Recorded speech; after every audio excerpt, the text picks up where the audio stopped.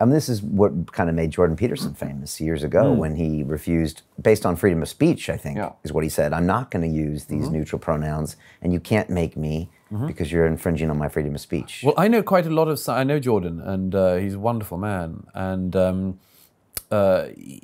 I know quite a lot of people who've tripped over this wire, and there is a reason which doesn't get highlighted enough. I noticed it with a trans one with friends in the sciences. You see, the scientific method has ruled very successfully, if not ruled, then been predominant very successfully for a couple of centuries in the West. And it's, I think, got an awful lot going for it. You know, we weigh up the evidence, we look at the facts, and then we weigh up what we think is something we should agree to and what can't be.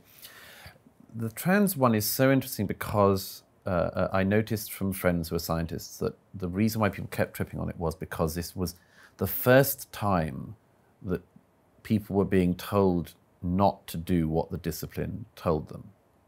So, okay, the man says he's a woman, say he's a woman, he is a woman.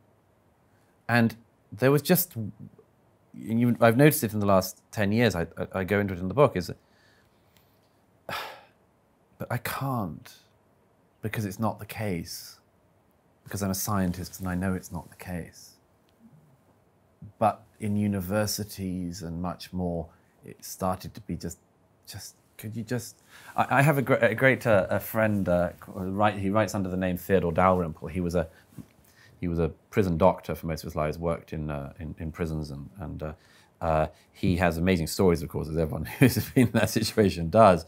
But one of my favourites is that towards the end of his career in the National Health Service in the UK, there was some new jargon, some new form filling. And he was retiring soon, so he didn't really mind anyway. And he's quite an independent, very independent-minded person anyway. But he said one of the questions on that this sort of bureaucrat asked him was, he said, have you always and at all times in your life behaved in an ethical manner? And my friend said, I will only answer your question if you answer two questions of mine. The first is, who would ask such a question? And who would answer such a question?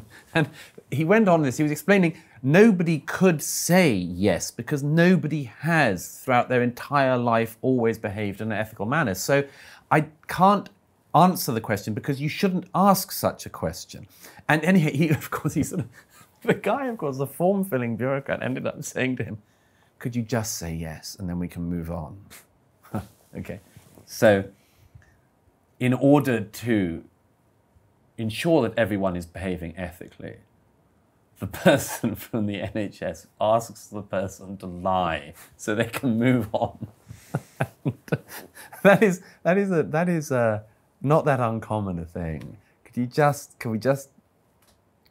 agree to the lie and we can get onto something else? And that's what's happening here. It's happening everywhere. And I mean, I have a bunch of friends, people like Jordan and people around the world I'm very lucky to have as friends who partly have become friends because they are the people in all sorts of countries who are the people who said, no, I won't do it. I won't agree to the lie. And they're from an amazing array of countries, an amazing array of disciplines, but they always have that in common. And I like that. I like that trait. Yeah, it takes fortitude. More than some people think and less than others. Yeah. You know? So non-binary does not exist. Okay. No, or at least come back to me when you've worked out what it is, and then we can have a discussion. Okay. I go swimming at the Hampstead men's pond very often. And about 6 months ago, a bunch of women busted in and jumped in the thing, and it was very surprising because I'm used to only men being there. And they were nude? No, there is a nude sunbathing section, right, but it wasn't when nude. I said that, I became aware that's the sort of thing that people like excerpt and just use as a GIF. No. Is it nude? Is it nude? So it wasn't. And they came in and they jumped, and we were kind of like, why are you here? And she said, well, a bunch of men went to the women's only pond and walked in and said, I identify as a woman. And they swam around and, I don't know, maybe leered at them. I don't know. And so as a protest, they came to the men's pond to do the same, to protest us. And so it's interesting to see the reaction of the men there, like, well, we didn't do that, and I don't know why you're coming here. And it was a real where the rubber hits the road of the binary thing, and it was just strange to observe. Did the men mind? Some were quite offended, and some were like, okay, let's just... Was anyone like, well, hey? There were some really interesting arguments, like, well, why? And why should you do this? And we actually just like the men's pond, and we think that's okay. And you have a great women's pond, and, you know, and there's also a mixed pond. And so it was, you know...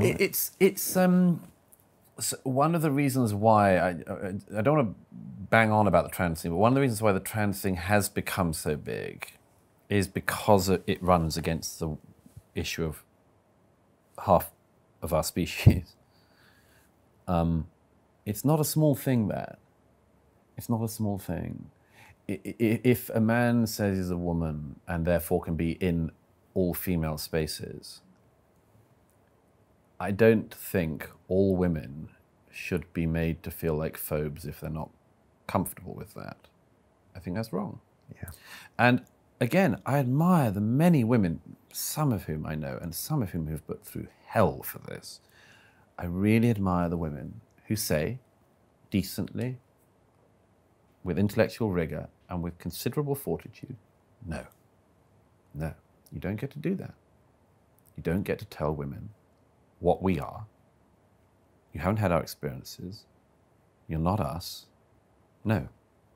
And I give some example. I give a hero's roll call out in the book of some of the women who this is the case with. And nobody has to be unpleasant to anyone, but there are certain things which, no, you don't get to do. And some medications and things that are happening with young people, and you talk about some of the stories in the book. Some of that is, well... But there are some things we can and should do in the trans movement, in the trans community, that are logical. We need to weigh them up very carefully. Okay. Very carefully. I